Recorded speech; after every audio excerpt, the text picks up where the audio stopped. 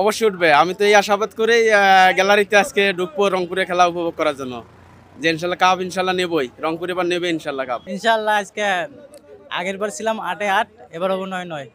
আগের বার ম্যাচগুলো অনেক হার্ড ছিল, কিন্তু আজকে মনে করি ইনশাল্লাহ আজকে সহজেই অনেক জয় হবে।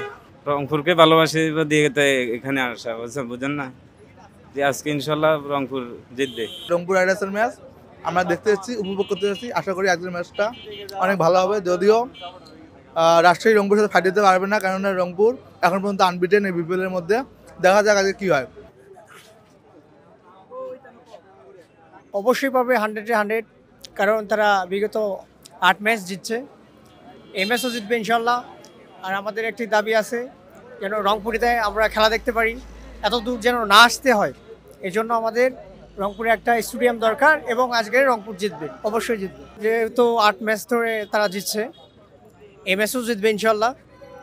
আমরা আশা করি তারা অপরাজিত থেকেই এবার কাপটা নেবে।